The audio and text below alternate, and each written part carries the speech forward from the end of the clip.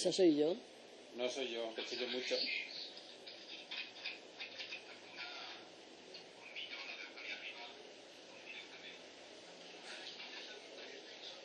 Sí, sí, dices, yo sabiendo ahí no lo toco. Vale.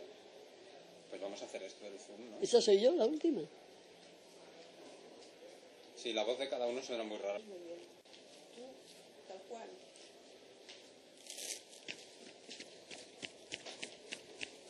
Artistilla. Sí. Que era una artistilla. ¿Eh? Una artistilla. Como decía Posadita, es una artistilla. No me gustaría hacer arte con la guerra, de ninguna manera.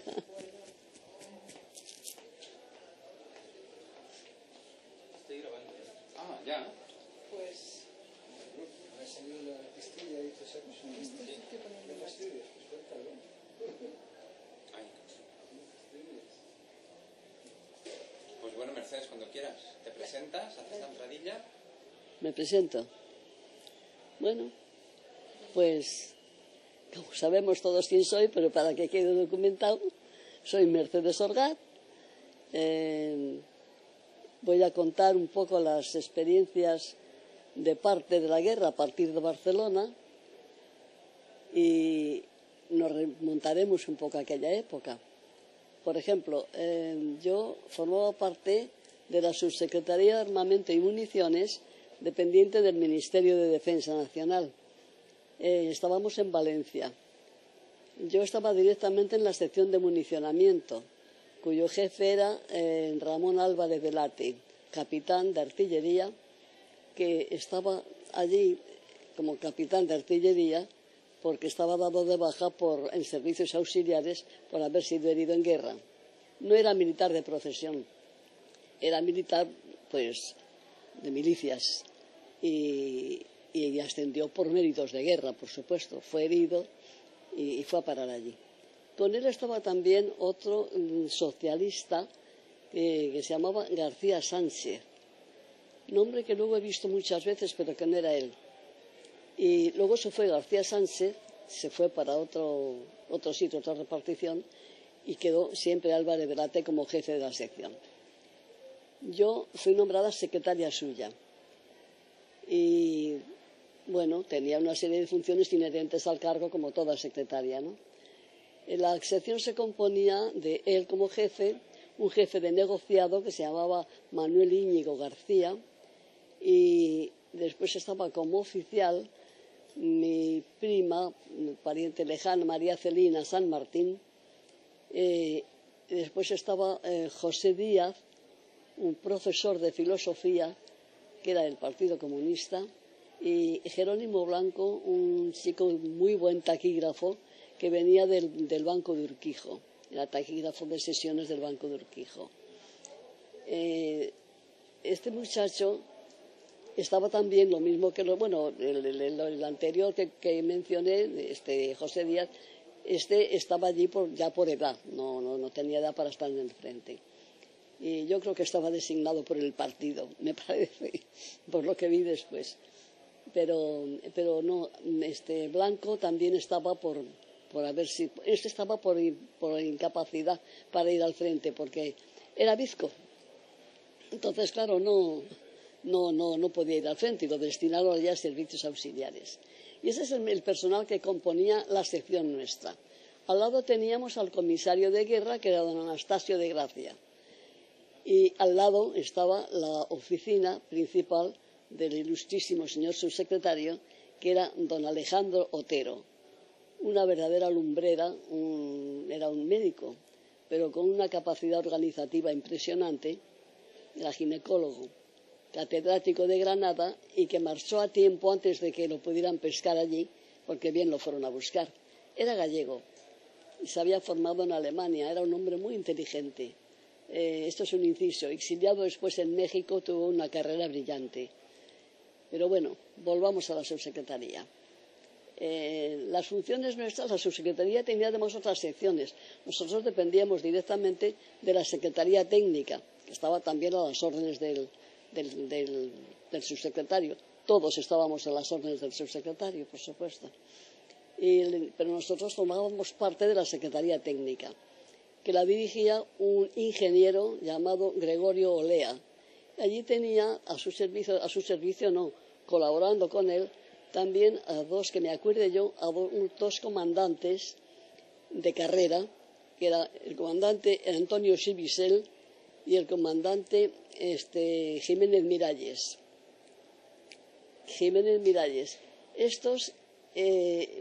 Jiménez Miralles estaba en contacto con el frente, iba y venía a los frentes y estaba también, digamos, a las órdenes de Lister, pero venía mucho a la subsecretaría por razones de trabajo, de necesidad de material, etcétera, etcétera. Sibisel estaba también por motivos de que había sido herido en el frente y vivió hasta que murió en Argentina con un trozo de metralla alojada cerca del pulmón, que nadie se atrevía a tocar. Bueno, era una persona exquisita, una gente estupenda.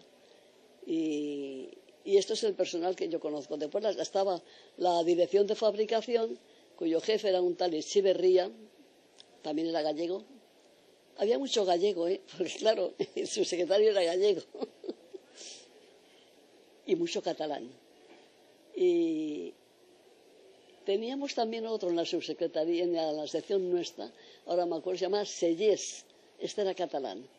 Y este también no era oficial, era simplemente un empleado, pero que también tenía su labor allí.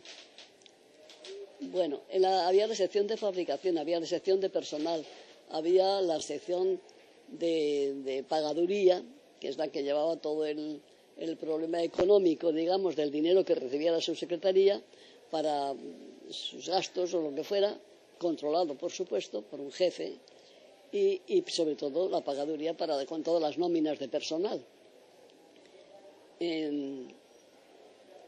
Y había la sección de correspondencia y archivo, que era muy curiosa, porque para la gente de hoy no pueden entender seguramente cómo se archivaban y se tomaban nota de los oficios y cartas que salían de la subsecretaría.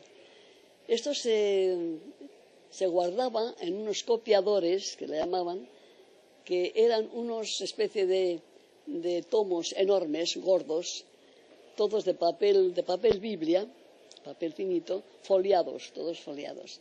Entonces llevabas un oficio y se le ponía, por supuesto, el número del folio y entonces el oficio se ponía debajo de la hoja, colocadito, la hoja encima, y encima un fieltrillo que iba empapado en agua y luego escurrido. Ese se ponía encima, se cerraba el libro con mucho cuidado y se metía en una prensa que se le daba vueltas y se tenía allí sujeta durante unos minutos, luego se sacaba la hoja y salía la hoja húmeda, el oficio húmedo, pero había quedado perfectamente copiado. Al fin de cada tomo de estos había una especie de índice, registro, en el que iban numerados y nominados todos los oficios o órdenes o correspondencia que allí estuviera copiada. Lógico, porque si no, no había quien encontrara allí algo, ¿no? Eran cientos de hojas. Bueno, esto lo llevaba todo la secretaría esta, que era el señor Gainza, y llevaba todo, y tenía sus empleados, y era donde se copiaba con orden obligatoria, ¿no? De copiar los oficios que fueran fuera de la subsecretaría. Las diferentes secciones, ¿me puedes describir un poco cómo eran las diferentes secciones? Las diferentes ¿Subsección o cómo las llaman? ¿Cómo las llaman? Sí. La de fabricación. Dentro de la subsecretaría. Sí. Bueno, la de fabricación se ocupaba, por supuesto, de todas las órdenes de fabricación del material de municionamiento que se fabricaba en los distintos talleres o fábricas que trabajaban para el ministerio, ¿no? Y todo esto trabajaba también mucho todo en contacto con el Estado Mayor, que estaba cerca del Tibidabo, está al lado. Y entonces la sección de fabricación se ocupaba, está claro, ¿no? El nombre lo dice, tenía bastante personal, no me acuerdo exactamente cuánto, pero sí había una amiga nuestra que era hermana del jefe nuestro de negociado. Y tenía gente muy buena y había gente estupenda. pero era toda gente, digamos, de tipo más bien técnico, ¿no? También dependía de la Secretaría Técnica. Y ¿En Barcelona se fabricaba munición? ¿Dónde? no tengo ni idea. No lo sabíais. No, había cosas que no se sabían, por lo menos no llegaban al personal, es lógico. No se sabía. Por ejemplo, yo controlaba con mi sistema de consignas enviadas diarias, sabía que había, y luego recibía todos los partes que yo archivaba, todos los partes de los distintos almacenes diarios, que venían cantidad, y estos eran, pues ya te digo, como 8 almacenes, depósitos de munición. No tengo ni idea de dónde estaba cada uno de ellos. Sé que uno había en Sagrera, pero es todo lo que sé. Pero lo sé por casualidad, porque que había uno en la Sagrera. A lo mejor se mencionó algún otro, pero claro, no son cosas que te queden, ni menos a los 20 años, ¿no? Pero vamos, a diario se recibían, traía el motorista, que era la labor de los motoristas, que controlaba el SIM, Servicio de Información Militar, que trabajaba con su jefe correspondiente, que era policía, desde luego, servicio de policía. Él estaba allí en la subsecretaría misma, allí en Caspi y Claris, aquí en Barcelona, y estaban en el servicio de... Bueno, estos tenían un servicio de motoristas de que disponíamos, la sección pedía, necesito un motorista. Y bueno, te lo mandaban, un motorista para ir, nosotros teníamos casi siempre uno, el nuestro, adscrito. Y este iba al frente, iba a los almacenes, iba donde hubiera que ir, a Estado Mayor, a lo que fuera. Y traía también órdenes de donde fuera para nosotros. ¿Quién las mandaba? ¿Cómo? No tengo ni idea. Supongo yo que lo pedían también y el jefe le daba orden de salir. Esta es más o menos la forma en que funcionaba. Por supuesto, se le mandaban casi a diario informes y notas y oficios al subsecretario con cualquier alternativa que se produjera en el servicio, con cualquier cosa para que estuviera informado. Por ejemplo, ¿te acuerdas de algún caso? ¿Ah? Por ejemplo, ¿te acuerdas de alguna vez? Bueno, yo creo que a diario escribíamos oficios al subsecretario con cosas típicas relativas al servicio, que faltaba esto, que mandaban o pedían de tal parte que no teníamos. Bueno, el problema gordo era que cuando pedían sobre todo armamento era muy difícil a veces proveerlos, porque es que no lo había, esa es la verdad. Estábamos bastante escasos. Se mandaba el que se podía, claro. Pero a veces Celina, que llevaba los ficheros de esto, avisaba que no quedan espoletas del 12, que no quedan... Lógico. Y así nos fue. Bueno, este es el funcionamiento de la subsecretaría. Yo entre mis labores tenía el de los bajar tenía que bajar personalmente al sótano, que es donde estaba el archivo y correspondencia, a que mandaran la correspondencia, que yo misma cerraba y sellaba y copiaba previamente y foliaba después. Bueno, y entonces pues esta era una de las cosas. Otra era el llevar personalmente el archivo de todos los partes, de todos los almacenes de municionamiento, todos los partes diarios. Y la otra era también, además de la correspondencia que naturalmente me dictara el jefe en cualquier momento, la otra era lo de hacer una consigna diaria para cada depósito, para que pudieran entrar o acercarse allí la gente que enviaran, o bien los militares, los comandantes del frente, o bien pues de otros almacenes, o bien siempre autoridades o de Estado Mayor, como fuera. Pero yo hacía todos los días una consigna por duplicado, que luego se reproducía y se mandaba a todos los almacenes. Esa consigna, el original, yo la guardaba en la caja fuerte, es decir, ni yo conocía la combinación. La caja me la dejaban abierta, yo guardaba la consigna, cerraba y él venía y le daba vuelta a la clave. Cuéntanos qué es una consigna. Bueno, la consigna exactamente, la consigna es una forma de identificarse y saber que no te están engañando el que quiere entrar para poder entrar en un depósito de municiones. Claro. Entonces, por ejemplo, una consigna que yo me acuerde, muy del día, muy oportuna, fue una de un 1 de mayo, ahí se trabajaba todos los días, domingos y todo, de un 1 de mayo, y que la consigna que se me ocurrió fue al que llega le dice el guardia de la puerta, ¿no? 1 de mayo, y el otro tenía que contestar libertad y trabajo. Si no se lo sabía, de cráneo, claro, salía de allí. Bueno, alguna otra, pues, no conseguirán vencernos los ataques del enemigo. Es un poco el no pasarán, ¿no? Pues, claro.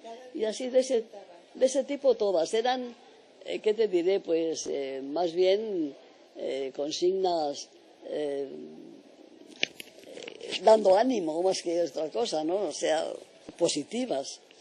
Pero qué sé yo, había tantas, ya me acordaré de otras, ya os las diré, pero ahora no me acuerdo de más. Bueno, después, esto ya fue en Barcelona.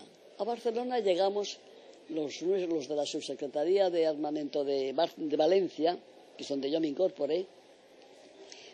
Yo llegué con la oficina nuestra y ya había otros, que ya había el subsecretario y algunas oficinas ya estaban aquí. Y yo llegué el día 22 de noviembre del año 1937. Nos dieron orden de viajar el día anterior. Hubo que preparar toda marcha y salimos el día 27, vinimos en coche por toda la costa, en un coche de la subsecretaría, y veníamos 9 personas. Parte de nuestra oficina, no todos, porque algunos, por ejemplo, como María Celina, vino con el marido, que el marido era un miembro del gobierno, y vino con el marido en coche, en un coche del Ministerio de Hacienda, de donde dependía directamente. Y le puso un coche que vino en él, que tenía un coche a su disposición. Y luego otros que tenían coche particular también o venían con otros amigos, vinieron en coche. Pero 9 personas vinimos en él. ¿Quién nos dio la orden? ¿Eh? ¿La orden quién nos la dio? La orden vino directamente el jefe, nos dijo a Barcelona, el que quiera Barcelona, el que no se queda aquí. Y claro, me acuerdo que estuvimos tratando, el esposo de Celina, Luciano, y mi padre desde Madrid, estaba tratando de que, no, la orden la tuvimos antes, pero la orden de salida la tuvimos concretamente un día antes. Ahora, que nos trasladábamos a Barcelona lo supimos más o menos con 15 días, cuando se vino el gobierno directamente. Y entonces mi padre intentó, en alguna forma, que a ver si me podía trasladar yo a Madrid, a la subsecretaría de Madrid. El marido de Celina, Luciano Didán, entendió que era una lástima que, estando en Barcelona y digamos en la cabeza, que si esto se ganaba como se suponía, pues que no era lo mismo estar en una delegación que estar en la cabeza del ministerio, ¿no? Y le pareció muy acertada la sugestión de Luciano, y dijo muy bien que actuara de acuerdo exactamente con sus indicaciones. Y yo me vine para Barcelona.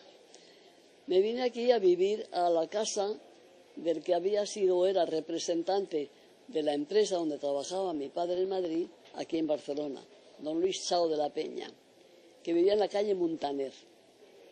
Bueno, a partir de ahí, claro, la llegada a Barcelona era como llegar pues qué te diré, a Jauja, ¿no? No había perros atados con longaniza, pero había longanizas por todos los escaparates y todas las fiambrerías de Barcelona, atestados. Impresionante cómo estaba esto de comida, cuando en Madrid nos habíamos pasado ya moradas y en Valencia empezaba a escasear. Entonces, aquí no tardó mucho en ocurrir lo mismo, claro, por el exceso de población flotante. Yo, nada más llegar, lo que mandaba a mi casa eran unos cajones de jamones, de lomos, de todo lo que pescaba, de salchichones, de leche condensada, café, unos cajones impresionantes que los mandaba por medio del parque móvil, cuyo jefe, don Manuel Muiño, era el padre de una compañera mía de colegio, Libertad Muiño. La encontré aquí, yo ya sabía que don Manuel Muiño era el jefe del parque móvil, y entonces yo mandaba allí unos cajones de 20 kilos, de lo que fuera, y él nos los hacía llegar a Madrid.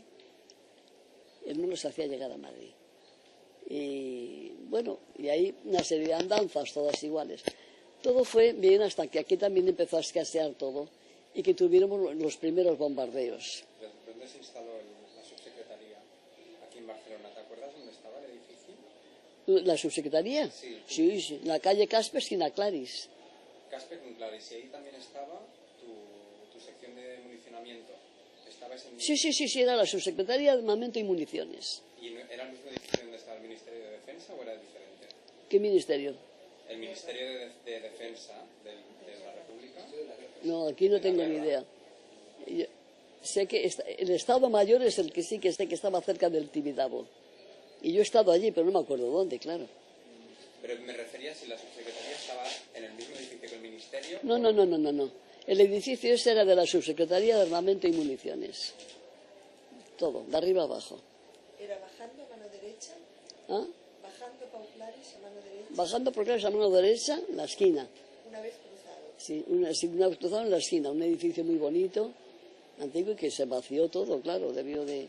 No sé si habría oficinas o qué habría allí, porque desde luego todo estaba convertido en oficinas bastante cómodas. No... Y bueno, cuando empezaron los bombardeos fuertes, esto ya fue a fines del 37, me acuerdo que en la casa de enfrente, por Clarís, también esquina Caspe, cayó una bomba, un obús de estos, que cortó la casa como si hubiera sido zoom, como si cortaran una tarta. Igual. Y era una cosa dramática, verdaderamente espantosa, porque aquello, claro, oías los gritos, el horror de la gente, una que había caído, otra que estaría... Inmediatamente vinieron servicios de salvamento tratando de sacar de entre escombros lo que podían, ¿no? Porque lo que podían. Y lo echado en camiones, así echaban a correr hacia los hospitales. Aquello era dramático, era horrible. Ni nos dábamos cuenta. Cuando estás dentro de un drama, no lo ves, porque no tienes perspectiva. Es como cuando estás dentro de un milagro. No lo ves. Lo ves después a distancia y se te pone la piel de gallina, como a mí ahora, ¿sabes? Pero aquello fue horroroso, porque luego veías la casa, que era una casa alta, veías la casa y era como una trágica casa de muñecas, donde veías todas las habitaciones con trozos de camita, con una lámpara colgando, con un silloncito. Y claro, decías, bueno, hace 5 minutos aquí estaba la gente. Aquello era dantesco. Era un espectáculo dantesco. Vi varios así. Otros peores todavía. Cuéntanoslos. Cuéntanoslos. Sí, pero después, porque esto fue en Figueras. Pero este es el más gordo que vi aquí en Barcelona. Luego otros ya los pasé. ¿El del Coliseum no lo viste? ¿Ah? El del Coliseum, que también fue muy sonado. El bombardeo del Coliseum en la Gran Vía. En la plaza de la universidad. Ah, sí, bueno, pero ese no... Oímos el escándalo, pero no nos enteramos. Vamos, no lo vimos. Pero el que sí viste fue el de la plaza de la universidad, ¿no? Ah, el que sí, ese sí que es el que iba yo a decir.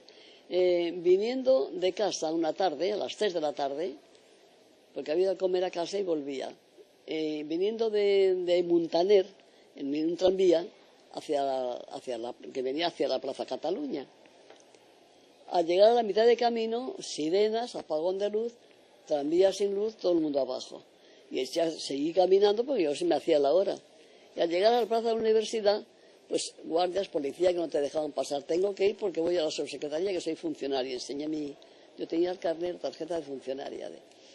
Y bueno, cuando llegué a la plaza de la universidad vi la cosa más increíble.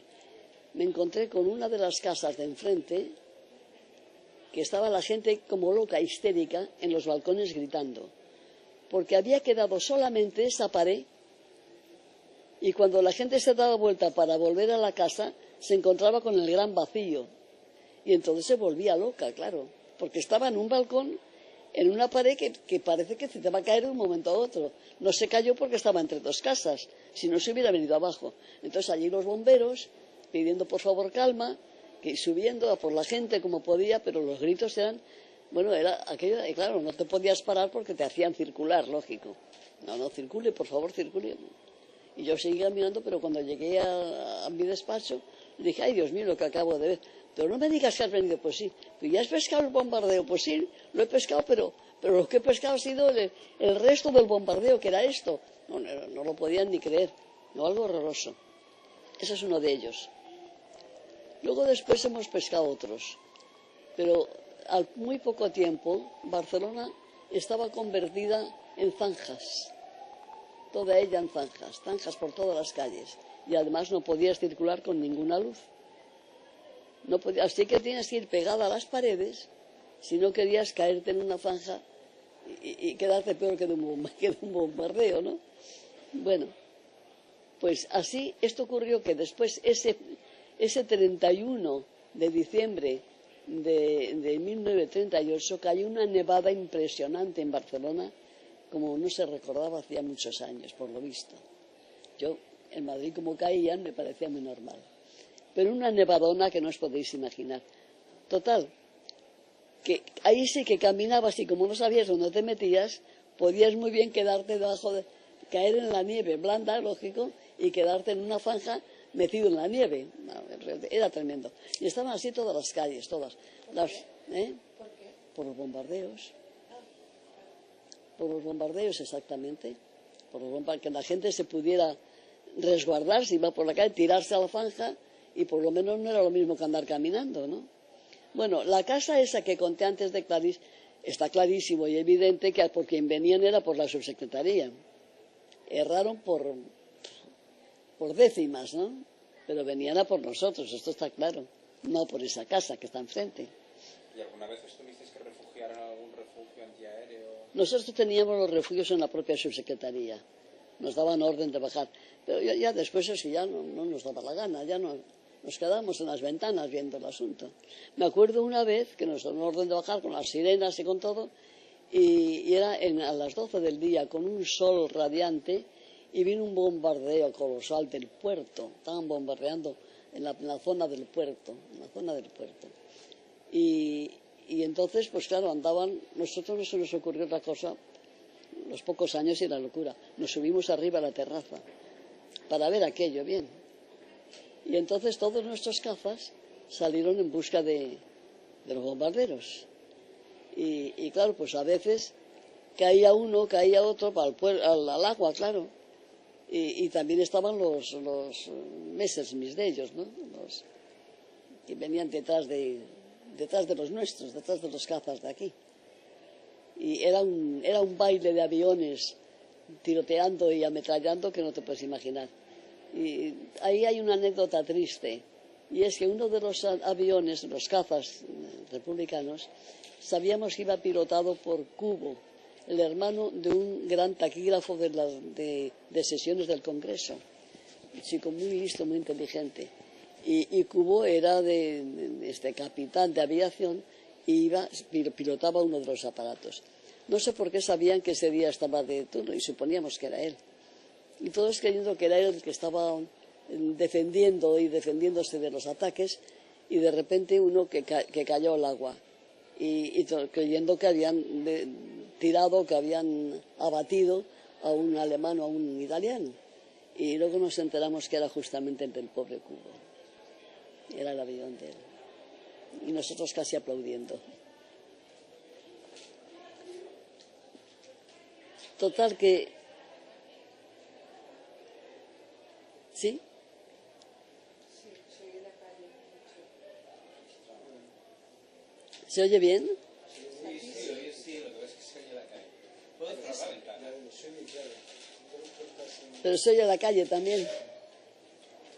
Y antes ha pasado una vez, por ejemplo, decir, al referirte a que todo vale y todo servirá y se transcribirá, pero como sacaremos extractos, pues no digas, con él hicimos tal, no, con el subsecretario fulanito de tal y de cual, como que cada expresión tenga una unidad ¿Me explico?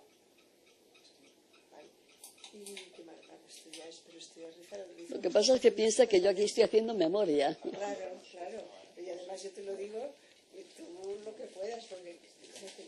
Y al empezar una declaración, empezar con labios cerrados, de tomar con labios cerrados. Pues está estupendo, ¿eh? Y yo tenemos unos cuantos cortes completos que están muy bien. Te están grabando, ¿eh? Ahora no. Pero luego la harán. ¿Qué dices? Claro, es la gran maravilla del vídeo. Luego pegas el tajo. X She, be, shell. Sí, ya. Terminado en 2 L's. con B alta, ¿con V o con B? No, con B. She, be, shell. Shell. Shell con 2 L's. Valenciano. Muy bien. Muy bien, perdón. Sí, Los bombardeos.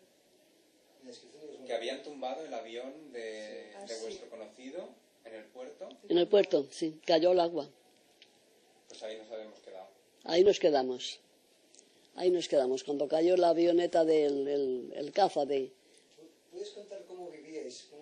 ¿Cómo os alojaron en Barcelona a los miembros de la subsecretaría? ¿Cómo os encontraron alojamiento? ¿Cuál era vuestro alojamiento? Y yo ya lo he dicho, estaba en casa de Chao de la Peña. ¿Y todos los demás Pero que después trabajaban contigo? estuviste A los demás, además había mucho empleado que era de aquí. Entonces después, en claro. las casas que desalojaron, que ocupabais vosotros esas casas que fueron requisadas. No tengo ni... Estaban todos alojados en casas, probablemente como en tipo de pensión, casas que alojaban a funcionarios. Muchos había. Pero yo creí que habías estado en una casa que había sido requisada. Ah, no, esto es después. Después de eso sí. Era una chica que bueno, nos habíamos criado casi juntas, porque era vecina nuestra de la calle Hilario Neslava. Y estaba aquí porque estaba empleada en Izquierda Republicana, en la Secretaría de Izquierda Republicana. Y entonces ella estaba aquí viviendo con un tío de ella que era comisario de guerra, comisario de guerra también republicano. Y vivían en un piso de una casa de la calle Clarís 118, esquina Provenza. Era una casa fantástica que toda la gente que vivía allí había salido pitando, claro.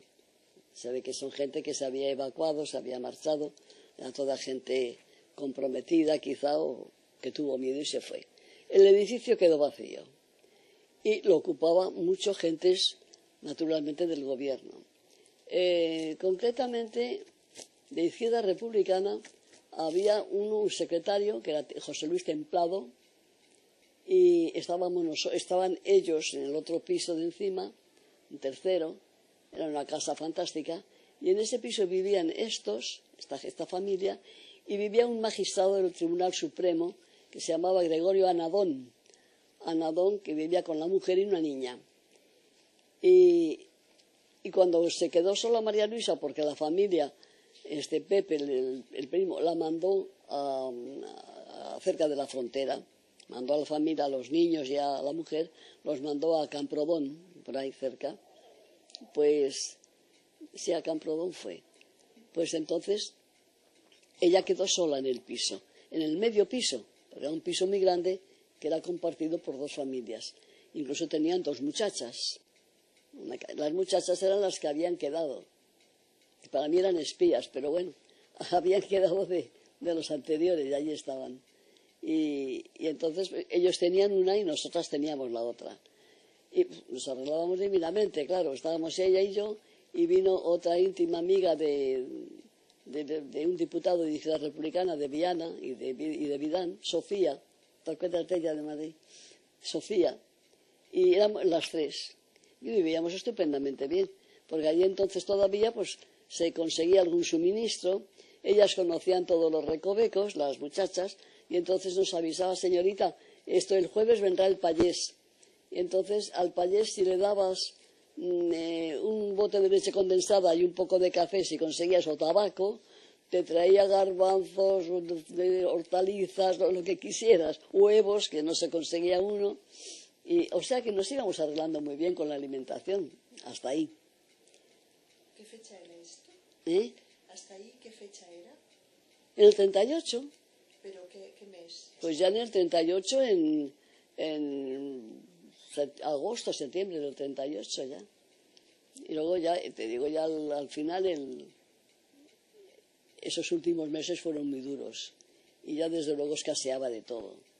Pero sobre todo muy duros de bombardeos, porque eran bombardeos diarios, ya, una cosa tremenda. Y bueno, ya se empezó enero con muy baja moral, porque evidentemente ya estaban en el frente del este. Yo tenía a mi hermano en el frente del este. Y al principio, cuando pudo todavía, él estaba en intendencia y venían a Barcelona con el coche y el jefe de intendencia para buscar o víveres o lo que fuera, el ministerio, y entonces venía y él me traía siempre alguna cosa, entonces nos arreglábamos muy bien. Y luego ya dejó de venir, porque se ve que ya estaban las líneas cortadas y ya no tenían forma de venir tan seguido. Pero en principio sí que venía. De repente empezó la cosa a caer, a decaer, y claro, a decaer, que al fin de enero ya estaba ya al frente la gente corriendo detrás de nosotros, ¿no? Total, así llegamos al 5 de febrero, en que a las 5 de la tarde llegó uno de los técnicos de armamento, Smith, y llegó como loco, se metió en el despacho, cogió el teléfono, y me dice, ¿dónde está Álvarez Delate? Digo, pues no sé, no ha llegado. Eran las 3 de la tarde, no había nadie. No ha llegado. Y dice, hay que irse. ¿Qué dice? Dice, hay que irse, están en la Sagrera. ¿Pero qué dice usted? Bueno, y es lo único que supe. Me asomé a la ventana del patio y encontré una humareda impresionante, porque el archivo, toda la gente del archivo y correspondencia había recibido ya orden de quemar toda cuanta documentación tuviera. La que pudo, porque otra sé que se quedó, pero la que pudo había hecho una especie de tubo, de tiro, y estaba haciendo allí pero una hoguera pero impresionante, ¿no? Vamos, había hecho una cocina económica con tubos de metal, ¿no? Qué sé yo. Pero yo lo único que vi es que tiraban cosas que impresionantes, lo que estaban quemando allí, lo que podían, hasta que recibieron orden de salir, claro. Bueno, llegó Álvarez Delate y nada, ya los que estábamos allí, ya Celina no había ido ese día, y a los que estábamos allí ya nos dijo, a casa, dijo, pero sin localizables. Dice, a casa pero localizables. Yo le dije, yo estaré en casa de Celina porque no estaba bien ella, estaba con gripe y yo me iba a su casa. Y a las 8 de la noche me llamó por teléfono con orden de presentarme en el Parque Móvil número 14, en la calle Provenza, con una maleta. Meta en la maleta lo que pueda, lo que más falta le haga, y olvídese de lo demás. Pero preséntese allí, nos vamos para Gerona. Y efectivamente, yo allí me presenté a las 9 y pico de la noche o 10, después de romper todo cuanto papel comprometido quedaba por allá. Y allí me estuve con ellos haciendo órdenes de ruta hasta las 4 de la mañana. Haciendo órdenes de ruta para la salida, porque allí se habían congregado todo el personal de todos los almacenes, que eran montones. Allí los vi por primera vez. Muchos los conocía, porque iban por la subsecretaría a llevar órdenes, a llevar datos, a recibir órdenes, y todo ese personal pues salía en plataformas que llamaban, que eran enormes camiones que solo tenían la cabina, y luego después eso, una plataforma pero sin cubrir. Y salían ahí todos de pie, pegados unos a otros, a lo mejor 30 o 40 en cada uno de ellos. Y ponían ¿cómo se llama? Las vallitas del camión de cierre, y ahora salía uno, salía otro, Y en el último, que quedaba, allí nos metimos la secretaria de la Secretaría Técnica, Aurorita, y yo. Y nos fuimos hasta Gerona. De pie. A Gerona. De pie en un camión. No. Nosotros íbamos en la cabina con el chofer. Las dos cabíamos, era grande. No, de pie en un camión no. Menudo frío hacía. Y Álvarez de Late, que me metió ya en aquel, dijo, espérame en Gerona, que yo llego a Gerona y te busco. La busco porque nos vamos a Figueras a buscar a Pino, a su mujer, y después vamos a Figueras. Digo, pero no quedamos en Gerona. Gerona está tomada. Está tomándose. No estaba tomada, pero... Bueno, llegamos a la plaza de Gerona a oscuras totalmente. Y por las voces nos íbamos reconociendo unos a otros. Y entonces Íñigo, el jefe de negociado nuestro, me oyó hablar y me llamó, Merceditas, acaban de pasar por aquí Luciano y Celina preguntando por ti. Y van hacia Figueras, que los busques allá. Y nos metimos todos en un portal, porque claro, no se podía estar en la plaza, estábamos bombardeando todo el tiempo. Unos bombardeos sobre la plaza de Gerona. Y nosotros metidos en un portal, sobre la escalera arriba, lo que podíamos, sin vernos, oyéndonos solo. Y allí al ratito llegó Álvarez de Late con el coche, con Díaz, con este que te digo yo, y el chofer. Y el chofer soy Emilio. Y Mercedes, ¿dónde está Mercedita? ¿Dónde la habéis visto? Está aquí. Dicen, véngase, vamos rápido que nos vamos a buscar a Pino y a las niñas y seguimos a Figueras. Bueno, nos metimos en el coche y yo lo primero que me encontré fue una tremenda ametralladora en el suelo. Una ametralladora, un fusil, qué sé yo, todo lo que había allí. Claro, de miedo porque no sabes las carreteras. Si no sabíamos por dónde meternos. Circulábamos a oscuras. Y por unas carreteras interiores porque por la costa estaban bombardeando de un modo atroz. Pero atroz. Toda la costa. Entonces se metieron por carreteras internas y haciendo vericuetos y por ahí de repente en una que paramos debajo en un pinar o no sé qué, debajo de un árbol que vimos venir un coche, un camión o no sé qué con luz. Y entonces todos ya muertos de miedo, por supuesto, y dice, Emilio, un coche con luz. El otro para el coche, coge el fusil, el otro el revólver y cuando pasan eran todos de republicanos que habían ido a llevar gente y retrocedían. Y entonces, ¿para dónde vais? No, vamos para Figueras. Bueno, pues, dale, salud. Ahí se fueron. Y nos fuimos, así llegamos a Figueras a las 5 de la mañana. 5 o 6 de la mañana llegamos. Habíamos estado haciendo órdenes, dando órdenes de partida. Órdenes de ruta. Órdenes de ruta hasta las 4. Sí. ¿En Barcelona? No, sí, en Barcelona. Entonces, de 4 a 5 viajaste a Gerona. No, de 4 a 5 a Gerona. Y de allí seguimos a Camprodón primero. Yo dije a Figueras, seguimos a Camprodón a buscar a la familia. Que llegamos ya amaneciendo de día. Y de allí luego ya seguimos a Figueras, a donde llegamos ya pues a las 11 del día. Pero al llegar allí, yo me espanté porque allí estaba con Pino, estaba la mujer de Miralles, Luisa Jiménez Miralles, tan amiga nuestra y que Fernando conoció mucho. Y estaban ellas dos y las dos niñas de Álvarez de Late y Pino. Entonces cargaron el coche con todo lo que pudieron, más 2 conejos que nos regaló la señora de la payesa de la casa donde estaban alojadas. Así que toda aquella gente metida en aquel coche y 2 conejos blancos que te miraban así todo el tiempo. Y yo de repente vi el panorama aquel, dije, madre mía, ahí me di yo cuenta de que había pasado, o estaba pasando una guerra y que no sabía lo que iba a ser de mí. Bueno, llegamos a Figueras y con ese mismo atuendo nos metieron a todas en una habitación que tenían ya comprometida o palabrada, en una habitación, allí en un sitio, y en la plaza era un hervidero de gente. Esa sí que era una cosa, parecía ¿qué te diré? Un laberinto medio sádico, ¿no? Todo así, que no sabe, de zanjas, todo de zanjas, lleno de gente, de niños, de mujeres, heridos, de todo había allí metido. Algo impresionante. Bueno, nosotros nos quedamos allí y yo al rato no aguantaba ya y dije, mira, me voy a buscar a Celina y Luciano, voy a ver dónde están. Entonces pregunté, como claro, todo el mundo se conocía porque había, pues todos estábamos allí.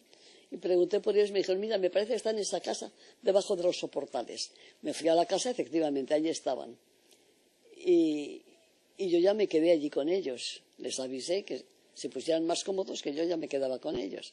Bueno, y estuvimos allí todavía unos, pues mira, estuvimos hasta el 5 de febrero. Estuvimos desde el 23 de diciembre hasta el 5 de febrero. Y todavía estuvimos trabajando. En la subsecretaría se había instalado en el castillo, en los sótanos del castillo. Y allí se hizo el último Consejo de Ministros con Azaña. En Figueras, en Figueras. Estoy hablando de Figueras. Creí que estabas hablando de Gerona antes, de Figueras, perdón. No, yo ya llegué a Figueras. Tú te habrás quedado en Gerona. Yo ya llegué a Figueras. Pero me gustaría que explicaras un poco más explícitamente, y empezando desde el principio, cuando llegamos a Figueras era un hervidero, había zanjas. Sí, bueno, lo Pero que digo. empieza a contarlo. Llegamos a la casa, y yo me fui pero aquello era un hervidero de gente, no se podía ni pasar, porque estaba todo lleno de unas zanjas que parecía, te digo, un macabro laberinto, porque claro, la plaza de Figueras no es una gran cosa, es un rectangular pero pequeña, y todo zanjas así, esas todas así como es un laberinto, y estaba lleno, cuajado, de gente que había venido huyendo de toda la parte del este, del Ebro, de todo se juntó allí. Y lleno de niños, de ancianos, de heridos, de todo había allí. Algo impresionante. Bueno, nosotros al día siguiente nos pusimos en contacto con Álvarez de Late y nos dijo que nos presentáramos en el castillo. Entonces, Celina y yo nos fuimos caminando ese kilómetro que había desde Figueras al castillo. ¿Y por qué tanto? A partir de ese momento, y después del mal tiempo tan horrible que hacía, aparecieron unos días de sol claros, luminosos, para que nos pudieran ver y bombardear bien. Algo impresionante. Íbamos al castillo todos los días, no hacíamos nada, prácticamente. Si había que hacer alguna orden, alguna cosa, pero era estar allí. Y allí se celebró el último Consejo de Ministros con Azaña. En el castillo de Figueras. Bueno, nosotros fuimos, íbamos allí, el 3 de febrero, bueno, antes de esto, verás, uno de los días, yo me fui con Delate, me dijo él, que fuimos al despacho del subsecretario. ¿Qué pasa? El 4 de enero. El 23 de enero. El 23 de enero. Y el 24 llegamos a Figueras. Los bombardeos de Figueras fueron el 5 y el 6 de febrero. Los bombardeos de Figueras. No, perdona, yo salí el 5 y 2 días antes hubo un bombardeo que me pescó a mí en la calle y me metí en un negocio, porque, verás, es lo que iba a contar. Habíamos tenido que ir a ver al subsecretario a recibir órdenes y nos fuimos al despacho de él, que estaba en un sitio del sur de Figueras, que no te puedo decir ni qué calle ni dónde porque no la conozco. Y allí estaba él con la secretaria, que era mi amiga mía, Elena, con quien luego se casó, porque él estaba divorciado. Y fuimos allá con Álvarez de Late. Y al terminar dice, no suban al castillo porque no vale la pena subir hoy. Voy a subir yo a ver qué hay, pero me vengo. Mañana veremos a ver. Luego sí seguimos subiendo. Total que nos fuimos y dice, ¿dónde van ahora? Dice, no, pues voy a acompañar a Merceditas. Dice, no, vengan en el coche, los llevo yo. Y nos acompañó él, pero nos dejó camino, o sea, antes de entrar en Figueras, en Figueras mismo, pero digamos en las afueras, no en la plaza. Las afueras de Figueras era un pueblo pequeño, era Figueras mismo. Y se presentó un bombardeo tan impresionante que aquello era de espanto. Yo me acuerdo que me metí a donde pude, porque en mitad de la calle todos gritándome, niña, escóndase, salga de ahí. Y me metí en una especie de aserradero, debía ser, que había lleno de tablones, que empezaron a caer tablones, de que nos cae uno encima nos mata. Y había otro señor pegado a la puerta, tan asustado como yo, y que yo quise salir corriendo, y no salga, no salga. Y cayó un bombazo ahí tan cerca, que yo creí que nos había caído encima. Pero bueno, ni bien pasó aquello, yo no aguanté más. Yo salí, eché a correr y me fui para la plaza y la casa. Pero ¿y cómo has venido corriendo? Bueno, lo que yo presencié en aquella plaza de Figueras es más que dantesco, era horripilante, porque habían bombardeado esa plaza, con toda la gente en las zanjas, habían hecho una verdadera escabechina, pero vamos, una matanza tan increíble, que aquello eran pedazos lo que había por allí todo, gritos, lamentos, horrible, aquello era, no se puede ni explicar, no se puede ni explicar ni se imagina si no se ha visto.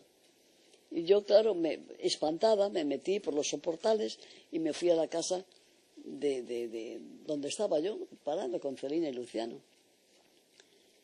Y bueno, y estaba entonces con nosotros, que no sé de dónde había aparecido, Conchita Castroviejo, la escritora gallega, que estaba casada con Joaquín Seijo, un capitán de aviación, y estaba loca porque no sabía dónde estaba el marido. Entonces alguien le dijo que había salido y que seguramente había ido a parar a un campo de concentración, como así fue. Entonces, el día 3 de febrero, Méndez Aspe le mandó un coche a Luciano. Méndez Aspe era el ministro de Hacienda. Le mandó un coche a Luciano para que mandara a Celina. Él no podía irse todavía. Él estaba todavía movilizado. Entonces mandó a Celina con Concha Castroviejo y la gente que venía de Méndez Aspe, vamos, de funcionarios o quienes fueran. Porque la familia de él no creo que estuviera allí. Y entonces se fueron. No había sitio para mí. De ninguna manera, claro. Y Luciano estaba muy preocupado porque decía que era una responsabilidad tremenda asumir por su cuenta lo de dejarme ir fuera. Y entonces que estaba tratando de ver si conseguía que un avión me llevara a Madrid. Yo le dije que de ninguna manera, que yo no me volvía a Madrid. Por una razón, porque viendo cómo estaban las cosas y las noticias que nos llegaban, decía que yo, cualquiera que saliera de mi casa, mi hermano o mi padre o los dos, me iban a necesitar a mí fuera. Y que yo desde luego no iba a Madrid, sobre todo si estaban escondidos o algo, a levantar la perdiz, ¿no? Claro, a que los buscaran por cuenta mía. Entonces yo dije que no, que yo me iba. Total, que entonces salí, todavía pasamos un bombardeo muy gordo, ya se había ido Celina, y nos quedamos Luciano, Viana y yo, el diputado de Izquierda Republicana, que era íntimo amigo y como nuestro padre ha sido. Y entonces veníamos del castillo, justamente que nos teníamos que presentar en el castillo, bajábamos del castillo, un sol radiante, y aquella carretera era un reguero de gente que venía venía del sur, claro, venía del este, de los pueblos, ya eran también de los pueblos catalanes, de Mérida, de Tarragona, venían por esa carretera cargados con cacerolas, con maletas, con todo, y que veías cómo iban tirando todo lo que ya no podían con ellos, las cunetas llenas de... Bueno, las gentes tirando hacia las cunetas cada 2 por 3 porque venían bombardeando, pero además allí bombardeaban al ras, donde veían una fila de estas, descendían y ametrallaban como... Y en uno de esos ametrallamientos quedó un íntimo amigo nuestro, un hermano de una íntima amiga, hijos de un íntimo amigo de mi padre, José Brugada, que estaba destinado en la batería antiaérea de Montjuïc, y les dieron orden de salir. ¿En qué orden salieron? Me preguntabas tú antes. De eso nada, a la desbandada. Cuando dieron orden de salida ya vamos, era ya eso, a la desbandada. Era. Y entonces al Pepe lo agarraron allí quedó. Y nosotros, ese bombardeo tan tremendo que estábamos viendo, nos metimos debajo de un pinar, nosotros y más gente que venía. Y nos metimos debajo de un pinar y allí nos quedamos hasta que pasó aquello. Y seguimos luego caminando, pues ya Luciano no tenía ni el coche, que se lo habían robado. Y nos fuimos de nuevo a casa y ya fue cuando ya decidieron la salida de la subsecretaría. Ya el gobierno ya se había ido, ya estaba en Francia, en Toulouse, luego ya en París. Entonces nos fuimos, el 5, salimos en un coche de la subsecretaría, íbamos 9 personas, me parece. Iba Díaz, que iba como jefe de la expedición, el que llevaba la lista de todos los que íbamos allí, y iban las familias de otros funcionarios de la subsecretaría, a quienes yo no conocía, y Luisa y Pino, la mujer de Álvarez Delate, Luisa Miralles, las niñas y yo. Bueno, llegamos pasamos Figueras, pasamos a Portbou, camino de Portbou. Salimos por Portbou a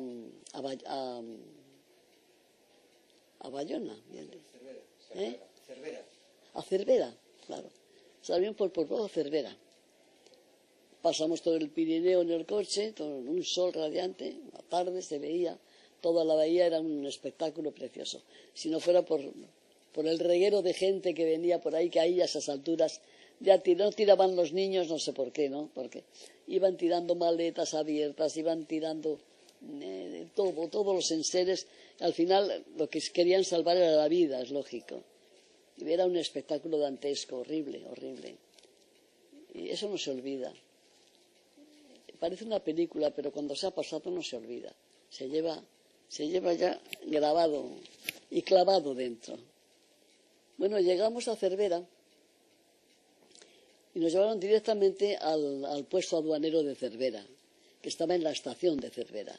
Yo llevaba como ruta el irme a Perpiñán, porque es donde, para irme luego a Burdeos, porque en Perpiñán es donde iban a parar los míos, ¿no? Y llegamos a Cervera y allí en la estación detienen, como es lógico, el coche, y entonces allí con 2 senegaleses al lado viene la policía y pide la documentación. Y entonces el amigo Díaz enseña la lista de los que íbamos, quiénes éramos, de dónde veníamos, y pide la documentación. Y entregamos toda la documentación que teníamos. Pasaportes, niños republicanos, nosotros no podíamos tener. Y ahí venía la orden, la orden de salida de la subsecretaría, y quienes éramos, que todos éramos identificados, todos como que éramos funcionarios de allí. Bueno, baja Díaz, lo llevan al puesto de policía y pasa 1 hora, pasa 1 hora y media, y Díaz no vuelve, y le preguntamos, dígame, la única que hablaba francés era yo, era la que se entendía con ellos. Y entonces, attends, esperen, pero no nos daban una explicación. Y de repente viene uno de los policías y un gendarme o 2 y 2 senegaleses con sus tremendos fusiles. Y descendez, menos papier, descendez, allez. Ni vimos más a Díaz, ni vimos más nuestros papeles. ¿Qué pasó con este hombre? No tenemos ni idea.